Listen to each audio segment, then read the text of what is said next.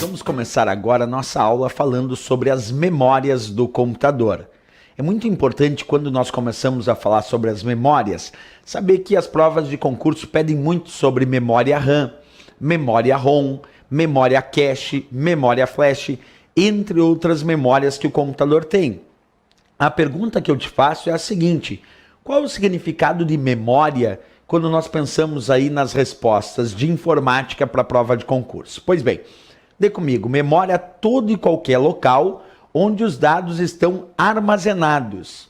Quer dizer, todo e qualquer local que serve para armazenar dados, para o armazenamento dos dados, pode ser chamado de um dispositivo de memória.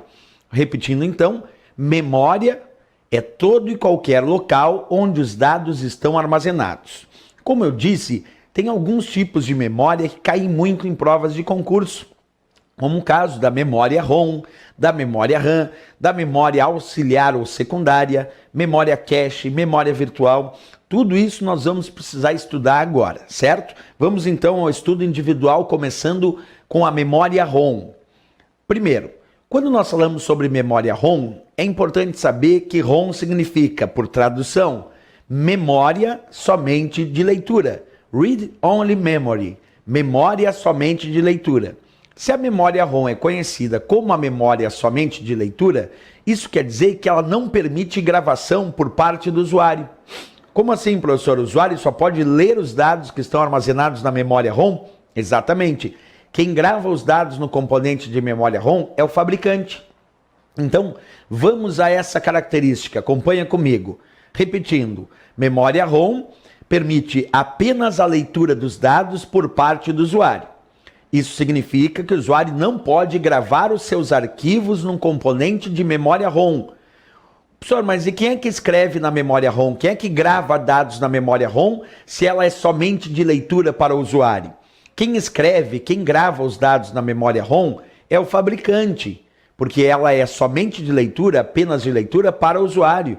Mas para o fabricante, claro que não, porque alguém teve que escrever. Então, o fabricante grava os dados num componente, como por exemplo um microchip de memória ROM, e o usuário só faz a leitura desses dados.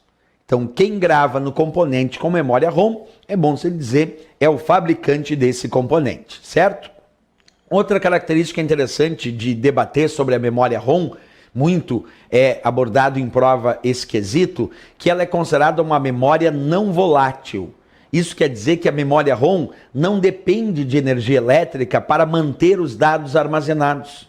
Repetindo então, a memória ROM é uma memória não volátil, não perde os dados na ausência de energia elétrica. Como assim, professor? Explica de forma mais fácil. Tu imagina que tu desliga o teu computador, certo? Quando tu desliga o teu computador, o que acontece com a memória ROM?